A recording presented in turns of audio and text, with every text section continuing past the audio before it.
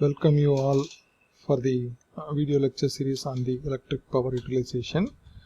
So in continuation with the previous lectures videos, here shunt motor electrical characteristics we are discussing. In the shunt motor characteristics, we have seen the two things. One is when load increases, IA increases, and because of that your speed of the rotor decreases. That is the first thing. The second thing is, even though the IF is constant, because of the IA, increase in IA will increase the armature reaction, will decrease the phi, and the consequences, once again your speed is increases. And in a two different analysis, you got two controversial thing with respect to the speed. So from one side your speed decreases, the other side your speed increases, but any one will happen, and that because the assumption is the reduction in back EMF is always greater than the compared to reduction in the phi value. That means denominator reduce or numerator reduce are high. So in that case this part will reduce high compared to this part. So that's why your N is decreasing. When your load increases, your N decreases. That is the final understanding. You need to get it out of the shunt motor characteristics, right? Now, but no load to full load, the decrease in speed is minimum. So the DC shunt motor considered as constant speed motor. So this is the another this reduction. What we are clarifying is when load increases, your speed decreases அப்படின்றது clarification. But even though your decrease is very minimum, so that's why this motor is considered as constant speed motor, right? And these are the characteristics of the shunt motor. These are the torque current characteristics. Here we are going to discuss about the torque current characteristics. So this we already discussed, speed versus armature current characteristics. We have discussed this slight drooping characteristics, that is because of the your EB variation, that is back EMF reduction. But here in the torque current characteristics, because of the demagnetizing effect, the torque will not increase in the same way as it increases with the IA in the later part of the IA. So initially this is the ideal characteristics. In a practical, this increases almost closer to the ideal up to particular level. After that it gets deviated from the ideal, and this is because of the flux decreases due to the demagnetizing effect of the armature reaction, right? And the torque increases somewhat lower than the armature current. That is the understanding you need to conclude here. The next characteristics is torque speed characteristics, and as we already told, it is nearly a constant speed motor over a wide range of loading. So can operate any speed within the wide range of the torque or wide range of the speed you can operate, but it is not suitable for parallel operation. That means you can't operate two shunt motors in a parallel in a common rail. So whenever you operate a shunt motors in parallel, you need an common rails, and that is not feasible for the shunt motor. Why? Means where slight change in speed will vary a torque lot. So suppose this is the motor 1 speed and this is the motor 2 speed, and this speed variation may be because of the rotor disc corrosion or something, some aging process. There may be some dimensional variation in the motor shaft, right? And because of that, one machine is operating at the N1 speed, the other machine is operating at the N2 speed. So now what happens? There is a small change in speed, but whereas what happens to the torque means there is a huge difference in the torque. So that means what will happen if this situation, this scenario will happen, means the only one machine will get overloaded. Hope you can conclude from this characteristics which machine will be overloaded. Yes, of course your thinking is right. Your T1, that is machine 1, will be get overloaded. It takes the whole load of the both the machine. So that means it is on the critical stage, right? Next thing is, what are the starting methodology for the shunt motor? These are all we are already familiar.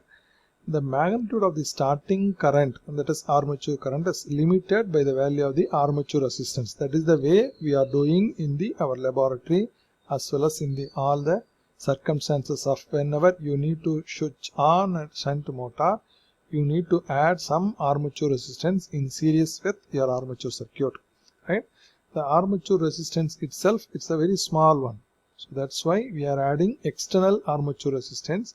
So the motor, because of the small armature resistance, your motor will take the high current at the starting moment. So starting moment is nothing but to make the moment of inertia to the shaft or to the rotor.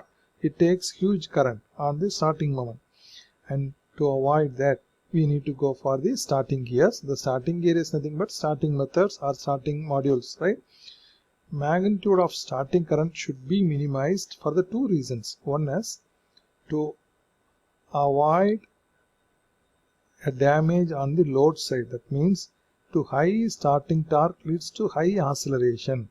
When your IA is high, means your high starting torque will be produced, and that will accelerate the load to a maximum extent.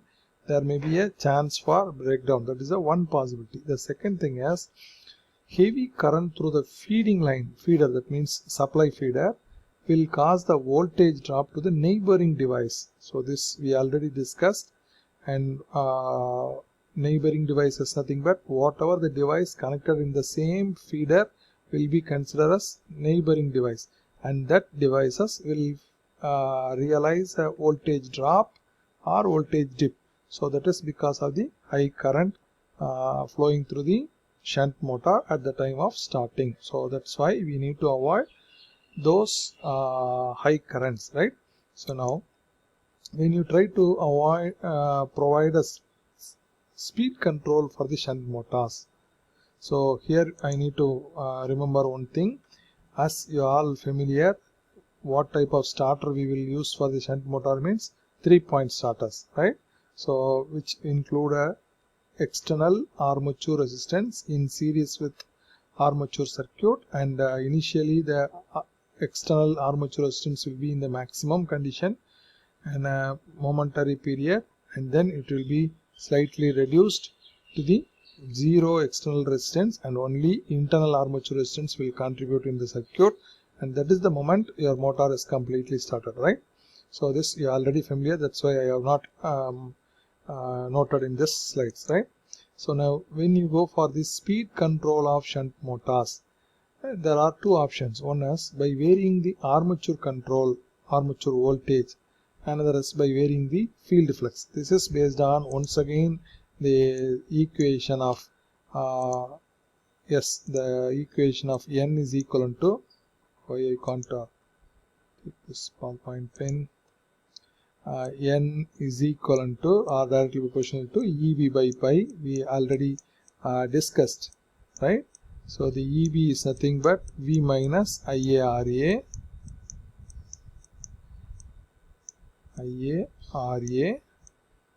and phi you can directly put it. Now by varying this voltage, it is a first method, right? By varying the armature voltage. The second thing is by varying the field. So this is the second method, by varying the field of this expression or field of this DC shunt motor. So now to vary the armature voltage, you have so many methods. One of the very simplest method is adding the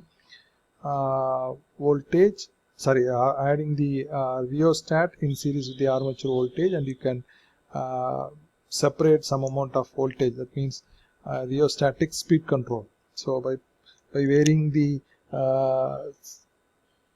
armature external resistance, you can include or you can add or you can reduce some amount of voltage, thereby you can vary your voltage, and this you are already familiar, which is a very basic method. The other basic method is varying the field control or field regulator. Similarly, if suppose this is the armature control method, means you need to add a external resistance in series with the armature. So you can consider this as an armature. Similarly, in a shunt field, you can add one more rheostat, and this will be minimum at the instant starting, and this will be connected with shunt coil, and this should be maximum at the initial. So this is mistakenly I have noted, right? Right. So now this is the field regulator method. By operating this external resistance, you can operate a field regulator method. By varying this regulator, you can operate this armature voltage method, right?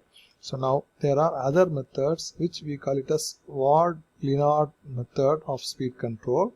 So this is by operating to control a one motor, you need to operate one more motors in parallel with that. And buck boost method is an electronic control method, and saturable reactor method is another available method by including a reactance in parallel with the shunt motors, right? So these are the methods available in this syllabus. Just we will highlight only the titles, and if you are interested, you just go through the further aspects, right? Next thing is in the category of selection of motors, we are analyzing the electrical characteristics so far. So far we have discussed about shunt motor. The same way we are going to analyze about the series motor. So with respect to the series motor, these are the expressions you need to recollect. Hope you are already familiar. Hope you should familiar on this. Here phi is directly proportional to Ia up to the saturation level. So that is very important. And the same expression, this is already the common expression for shunt and series motor. And while re-elaborating this, here N directly proportional to applying this V by Ia, and torque directly proportional to Ia into phi, right? And T directly proportional to Ia squared. So this is the final expression you need to keep in your mind with respect to the torque. Now flux varies as the armature current. Flux varies as the armature current, because in your series motor, your series field is likewise, and the armature, your field current and armature current both are same. So that's why whatever the current flowing through the field, the same will flow through the armature current, and that's why we will call these three currents IL, IA, IF and I armature. Everything is the same thing, and basically it is a variable speed motor. To prevent overspeeds, smallest load should not be less than 15 to 25%. See the characteristics, speed versus armature current. On the lower part of the Ia, your speed will be very high. If Ia is very minimum, so this Ia is very minimum means your speed will be maximum. So now you can't operate this machine at the no load first thing, and even after loading, at least you need to maintain a 15 to 20% of load. That means this is a 100% loading means, and this is the 50% load, and approximately you can operate somewhere here. You can apply load up to this level, which we can call it as 15 to 20% of full load. Never recommended for belt drive. Why? Yes, as per your thought process, when there is a failure on the belt, your motor becomes no load condition. If it is no load condition, your armature current becomes very minimum. So in that case, your speed will be very high, which may which may create an accident to the series motor and the operators, right? So next thing is the other characteristics. We will see these characteristics in the forthcoming video. Thank you. Thanks for watching.